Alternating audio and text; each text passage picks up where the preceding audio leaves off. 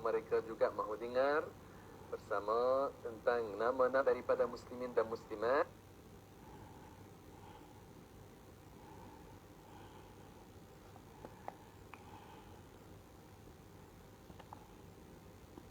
Sampai yang lain dapat masuk. Untuk mereka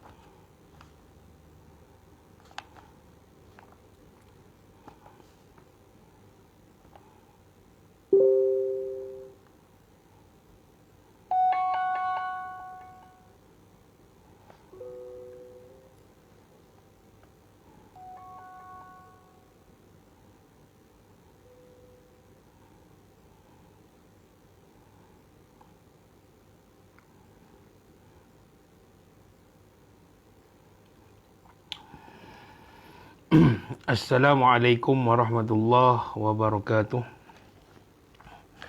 Alhamdulillahi rabbil alamin. Wassalatu wassalamu ala rasulil amin. Sayyidina Muhammadin wa ala alihi wa sahbihi ajma'in. Allahumma aftah alaina hikmataka wa anshur alaina min khazaini rahmatika ya arhamar rahimin. Rabbi syrah li sadri wa yassir li amri wa hlul 'uqdatam min lisani yafqahu qawli.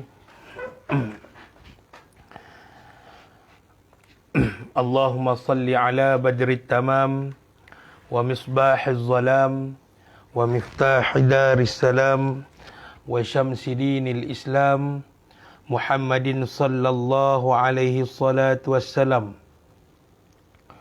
Subhanaka la ilma lana illa ma 'allamtana innaka antal alimul hakim wa la hawla wa la quwwata illa billahil aliyil azim.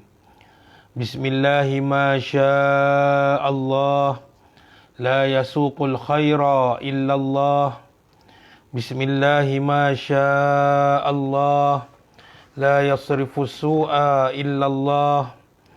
Bismillahi ma syaa Allah ma kana min ni'matin fa min Allah. Bismillahi ma syaa Allah la hawla wa la quwwata illa billah. Amma ba'du. Alhamdulillah, bersyukur kita kepada Allah Subhanahu wa ta'ala kerana dengan limpahan kurnia nikmat daripada Allah Subhanahu wa ta'ala dapat lagi kita bersama-sama di page ini.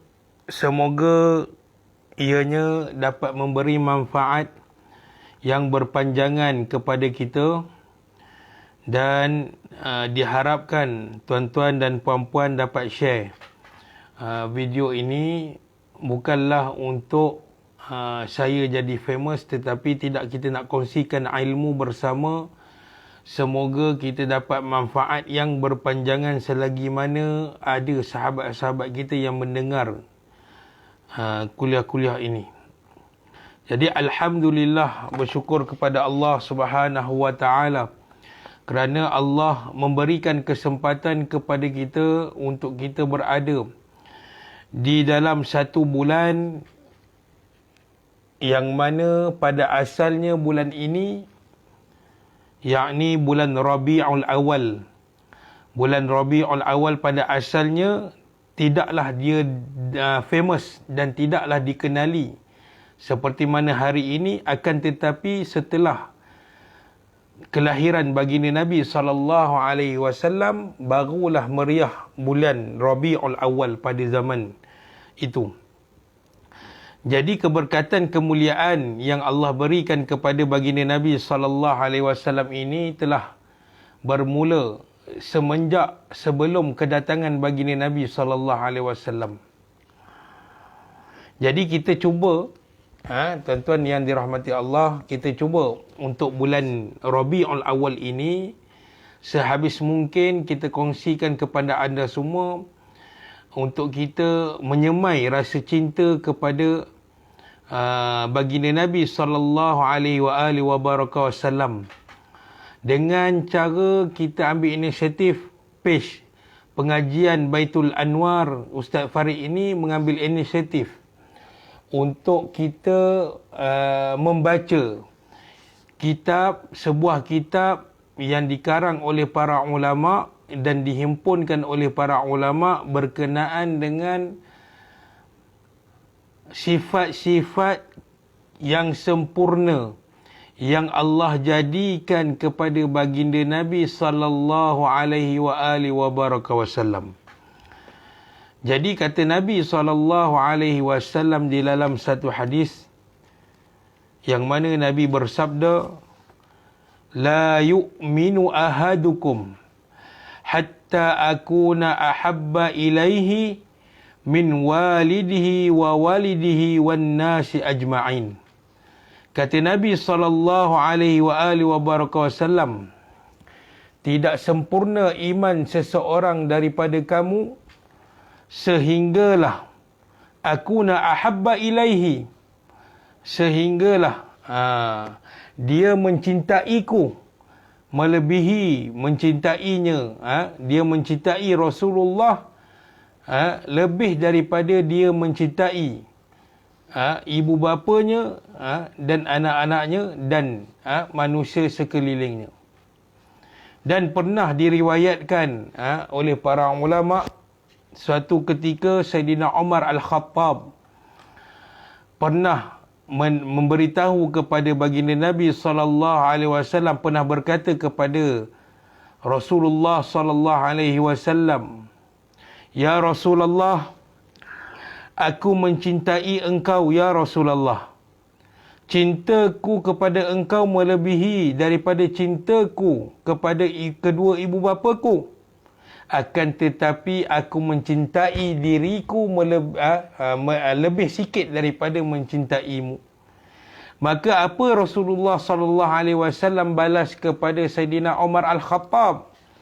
Sayyidina Umar Al-Khattab, dia adalah salah seorang daripada 10 sahabat yang telah didoakan oleh baginda Nabi SAW, 10 sahabat yang dijamin masuk syurga. Subhanallah al-azim. Dan Sayyidina Umar Al-Khattab telah diberi gelaran oleh baginda Nabi SAW dengan gelaran Al-Faruq, iaitu membezakan yang hak dan yang batil. Maknanya gelaran itu sesuai dengan ketegasan Sayyidina Umar Al-Khattab dalam memerangi kebatilan. Maka Sayyidina Umar dia berjumpa kepada Rasulullah SAW dengan mengatakan bahawa, ya Rasulullah, aku mencintai engkau ya Rasulullah melebihi daripada cintaku kepada kedua ibu bapaku. Tetapi aku mencintai diriku lebih sikit daripada cinta engkau. Maka apa Rasulullah bersabda kepada Sayyidina Umar Al-Khattab, membalas balik kenyataan Sayyidina Umar. maka Rasulullah sallallahu alaihi wasallam mengatakan, ya Umar, belum lagi Umar. Rasulullah memberitahu Sayyidina Umar, ya Umar, sesungguhnya belum lagi sempurna cintamu kepadaku. Maka bila mendengar perkara itu, maka Sayyidina Umar Al-Khattab terus menyatakan, ya Rasulullah, sesungguhnya aku mencintai engkau melebihi daripada cintaku kepada kedua ibu bapaku dan melebihi daripada cintaku kepada diri sendiri. Maka setelah itu barulah Nabi SAW mengatakan, ya Umar, hadzal an. Maka itulah sebenar-benar cintamu, ya Umar Al-Khattab. Subhanallah al-azim. Kata Nabi SAW, sempurnanya seseorang, iman seseorang itu apabila lengkap dan sempurnalah cintanya kepada baginda Nabi SAW. Jadi hadirin hadirat yang dirahmati oleh Allah sekalian, sirah baginda Nabi SAW ini telah dicatat terperinci oleh para ulama. Sedangkan sirah Nabi-Nabi terdahulu tidaklah dicatat selengkap seperti mana para ulama mencatat sirah baginda Nabi SAW. Hal ini telah dikatakan oleh sebahagian para ulama, antara syarat jadikan sirah Nabi SAW itu lengkap, mestilah syarat pertama yang dikatakan oleh guru kami, Syekh Ahmad Fahmi Zamzam. Beliau mengatakan bahawa nak dikatakan sesuatu sirah, sejarah itu lengkap, mestilah mempunyai syarat-syarat ini. Yang pertama, antakuna siratu tarikhiyah. Mestilah berlakunya, mestilah sirah itu jadi sejarah yang diulang-ulang. Maknanya sejarah yang mana masyarakat akhir zaman jadikan sejarah itu, sirah itu sebagai pedoman hidup.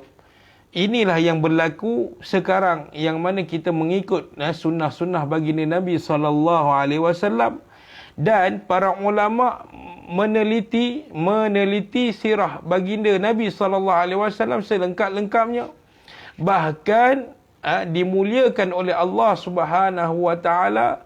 Sirah Nabi ini telah dinyatakan oleh Allah Subhanahu wa taala, telah dimuliakan oleh Allah Subhanahu wa taala, telah diceritakan oleh Allah Subhanahu wa taala di dalam Al-Quran, yang mana wa innaka la'ala khuluqin azim, yang mana Rasulullah ini sebaik-baik akhlak. Akhlak yang paling mulia, makhluk yang mempunyai akhlak yang paling mulia adalah baginda Nabi SAW. Yang kedua, syarat yang kita nak jadikan bahawa sirah itu boleh menjadi pedoman kepada umat, yakni antakuna siratuhu syamilah. Dan yang ketiga, antakuna siratuhu kamilah. Mestilah sirah itu mempunyai kisah yang mencangkupi keseluruhan aspek kehidupan. Dan yang ketiga, mestilah perjalanan hidup itu, penceritaan sirah itu kamilah, yang mana bila dah mencakupi keseluruhan kehidupan manusia, maka setiap aspek yang berlaku di dalam kehidupan Rasulullah itu juga merupakan aspek yang paling lengkap. Contoh yang boleh kita ketahui, yang mana kenapa Allah Subhanahu wa taala memerintahkan kepada baginda Nabi SAW untuk berkahwin dengan isteri yang ramai. Kerana Allah nak memberitahu kepada kita melalui penceritaan ataupun sirah Nabi SAW bagaimana keadaan dan akhlak Nabi SAW terhadap ataupun bagaimana akhlak Nabi ketika Nabi berada di dalam rumah. Maka ini terbukti apabila sahabat banyak menanyakan perihal-perihal Rasulullah di dalam rumah, maka kesemua isteri Rasulullah menjawab dengan jawapan yang sama. Daripada isteri yang pertama sehinggalah isteri yang Rasulullah kahwin yang terakhir, maka semua para isteri Ummul Mukminin menjawab jawapan yang sama, iaitu dengan mengatakan bahawa apa yang kamu lihat di luar sana tentang akhlak Rasulullah, maka begitulah akhlak Rasulullah terhadap kami kaum isteri Rasulullah, iaitu ibu orang beriman Ummul Mukminin. Subhanallah al-Azim. Dan dikatakan juga kenapa Allah menceritakan, Allah melakarkan dan berlaku kepada Rasulullah sallallahu alaihi wasallam yang mana Nabi disusui oleh ibu-ibu susunya lebih daripada seorang. Ini nak menggambarkan apa yang ada, kata ulama, apa yang ada akhlak pada Rasulullah itu juga menggambarkan akhlak keseluruhan ibu susuan Nabi sallallahu alaihi wasallam. Maka kepelbagaian corak kehidupan yang Allah aturkan kepada baginda Nabi sallallahu alaihi wasallam itu semuanya dijadikan, Allah nak lakarkan, Allah nak ceritakan, nak khabarkan kepada kita keadaan yang baik dalam pelbagai aspek mengikut akhlak Nabi, baginda Nabi sallallahu alaihi wasallam.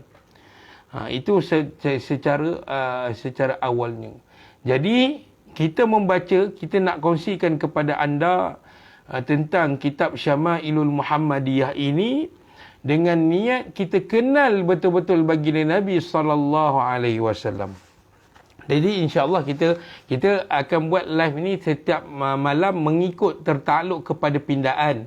Kalau malam tu saya sibuk, kita tangguh pada malam seterusnya insya-Allah.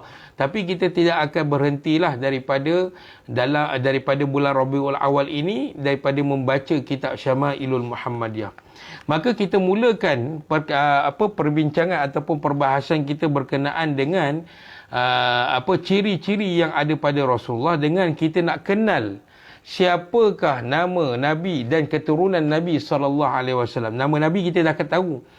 Kita nak tahu gelaran pula dan kita nak tahu keturunan Nabi sallallahu alaihi wasallam. Kata pengarang,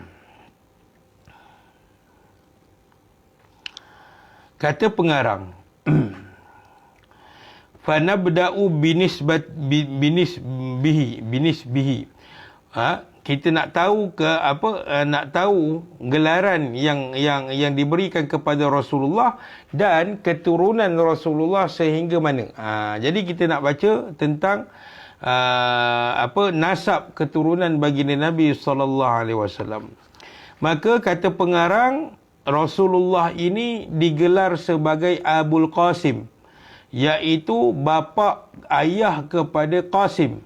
Kita ketahui bahawa salah seorang daripada anak-anak Nabi dan merupakan anak sulung Nabi sallallahu alaihi wasallam, iaitu anak lelaki yang bernama Qasim. Maka digelarkan kepada Rasulullah sallallahu alaihi wasallam ini dengan Abul Qasim. Abu ni ayah, Qasim ni nama anak Rasulullah. Jadi digelarkan kepada Rasulullah Abul Qasim. Jadi kalaulah seorang yang non-Muslim dia nak masuk kepada Islam, tetapi dia bersyahadah dengan asyhadu an la ilaha illallah wa asyhadu anna Abul Qasim Rasulullah, dia tukarkan nama Muhammad itu dengan nama Abul Qasim, maka sah syahadah dia. Kerana gelaran Abul Qasim ini juga nama kepada Rasulullah sallallahu alaihi wasallam. Apa nama baginda Nabi sallallahu alaihi wasallam? Qala al-muallifu rahimallahu taala, nama Nabi Muhammad ibn Abdullah ibnu Abdul Muttalib ibnu Hashim ibnu Abdul Manaf ibnu Qusay bin Kilab bin Murrah bin Ka'ab bin Lu'ay bin Ghalib bin Fihr bin Malik bin Nadir bin Kinanah bin Khuzaimah bin Mudrikah bin Ilyas bin Mudar. Mudar inilah daripada keturunan Nabi yang paling mulia. Bin Nizar bin Ma'ad bin Adnan. Ada pun selepas moyang Nabi yang bernama Adnan, sampailah kepada Sayyidina Ibrahim alaihissalam. Kita baca dulu keturunan Nabi ini sampai kepada Nabi Ibrahim alaihissalam. Lepas Adnan, moyang Nabi nama moyang Nabi selepas Adnan, maka Ibnu Udid, Ibnul Muqwim, Ibnu Nahur, Ibni Tayrah bin Ya'rub bin Yashjub bin Nabit bin Ismail bin Ibrahim alaihissalam Khalilullah. Maka keturunan Nabi SAW ini daripada Nabi bin ayahnya, bin datuknya, bin moyang, sampailah keturunan Nabi ini sampai kepada Nabi Ismail alaihissalam dan Ismail alaihissalam bin Ibrahim alaihissalam. Maka keturunan Nabi SAW yang daripada moyangnya selepas Adnan tu moyang Nabi, maka selepas Adnan itu maka ulama khilaf siapakah moyang Nabi seterusnya. Adapun nama Nabi Muhammad sampailah moyangnya nama Adnan, maka itu ittifaq, sepakat para ulama mengatakan bahawa Nabi bin Muhammad bin Abdullah bin Abdul Muttalib bin Hashim sampailah Adnan, itu sepakat para ulama, tidak ada khilaf. Maka nama Nabi Muhammad bin Abdullah, sampailah kepada Adnan dan sampailah kepada Nabi Ibrahim alaihissalam. Maka kita nak baca pula nama maknya. Nama mak Nabi SAW. Nama mak Nabi siapa dia? Wa ummu Rasulillah SAW Aminatun bintu Wahbin bin Abdul Manaf bin Zuhrah bin Kilab bin Murrah bin Ka'ab bin Lu'ay bin Ghalib. Maka keturunan ibu Nabi SAW sebenarnya keturunan Nabi sebelah ayah dan keturunan Nabi sebelah maknya sebenarnya sampai kepada moyang Nabi yang bernama Kilab. Mereka bertemu. Maknanya daripada datuk Nabi sebelah ayah, datuk Nabi sebelah ibu, bila sampai kepada moyang Nabi yang bernama Kilab, seterusnya Murrah bin Ka'ab bin Lu'ay bin Ghalib, maka di situ bertemu semula susu galur keturunan baginda Nabi SAW. Cuma yang bawah-bawah ini saja dipisahkan. Sebab ayah Nabi Abdullah bin Abdul Muttalib. Kemudian seterusnya sampai kepada Kilab, mak dia Aminah bin Wahab bin Abdul Manaf, sampailah ke Kilab, bercantum semula keturunan keturunan susu galur baginda Nabi SAW. Maknanya pada moyang Nabi yang bernama Kilab sampai ke atas, itu leluhur yang sama. Jadi kita kena faham, dan nanti kita postkan kepada anda apa dia nama Nabi lengkap dengan keturunan Nabi dan moyang-moyang Nabi SAW. Baik, okey, jelas. Kita tak ambil masa yang lama. Okey, kita nak ada lagi dalam 4 minit untuk kita berhenti. Kita baca sikit-sikit tapi bermanfaat. Kemudian kita nak menyatakan bahawa kita nak bagi tahu was-sahihu atahu wulida amul fil. Maka Nabi SAW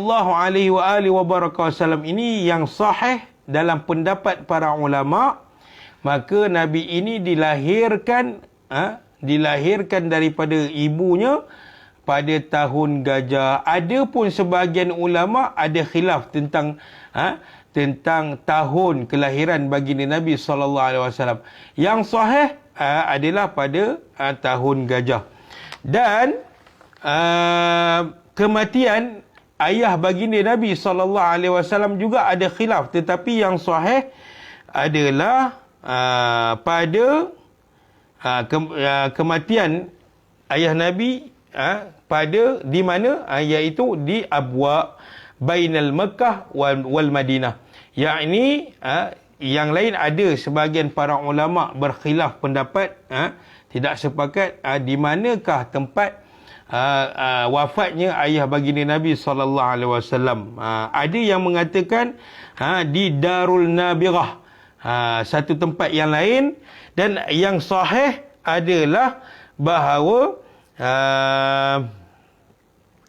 adalah ayah baginda Nabi SAW meninggal dunia di satu tempat di antara, kalau kita berjalan dari Mekah ke Madinah, maka ayah baginda Nabi SAW meninggal di pertengahan perjalanan antara Mekah ke Madinah, yang bernama tempat itu adalah tempat Abwa.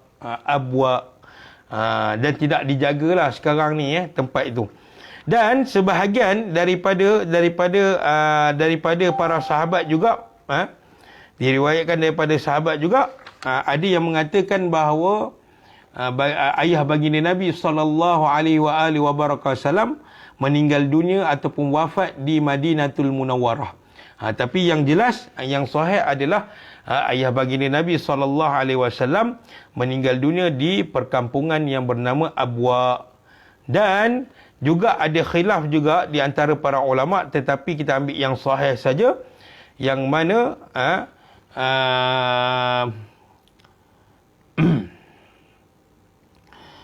ayah baginda Nabi SAW meninggal dunia ketika Nabi berada di awal kandungan ibunya. Di awal kandungan ibunya. Jadi kita kena faham di situ. Kemudian dan semasa kecil juga Nabi SAW telah kehilangan ibunya yang tersayang. Setelah apa? Setelah balik menziarahi perkuburan ayahnya. Waktu tu bila Nabi lahir, Nabi dah besar sikit jadi kanak-kanak. Maka Nabi bertanyakan kepada ibunya, "Wahai ibuku, di manakah perkuburan ayah saya?" Maka ibu baginda Nabi SAW ketika itu dah berumur, membawa Nabi SAW untuk menziarahi perkuburan ayah Nabi SAW. Dan semasa perjalanan pulang balik ke Mekah, di situlah Sayyidatina Aminah, ibu baginda Nabi SAW, jatuh sakit dan meninggal dunia. Nanti saya bagi tahu tempat meninggal dunianya Sayyidatina Aminah bin Wahab bin Abdul Manaf, ibu baginda Nabi SAW. Jadi saya tak nak panjangkan perbicaraan, cukup sekadar kita mengenali terlebih dahulu serba sedikit dari manakah susur galur keturunan baginda Nabi SAW. Senang kita ingat bahawa keturunan baginda Nabi SAW ini datang daripada keturunan Sayyidina Ismail AS, iaitu Nabi Ismail AS, dan bersambung terus kepada ayahnya, ayah Nabi Ismail, iaitu Nabi Ibrahim AS. Kan Nabi Ibrahim ada dua orang anak, satu Nabi Ismail dan lagi satu adalah Nabi Ishaq alaihissalam. Maka keturunan dari sebelah Nabi Ishaq inilah terbitnya keturunan kaum Yahudi. Jadi keturunan Nabi Ismail terbitnya keturunan bangsa Arab, iaitu keturunan Quraisy.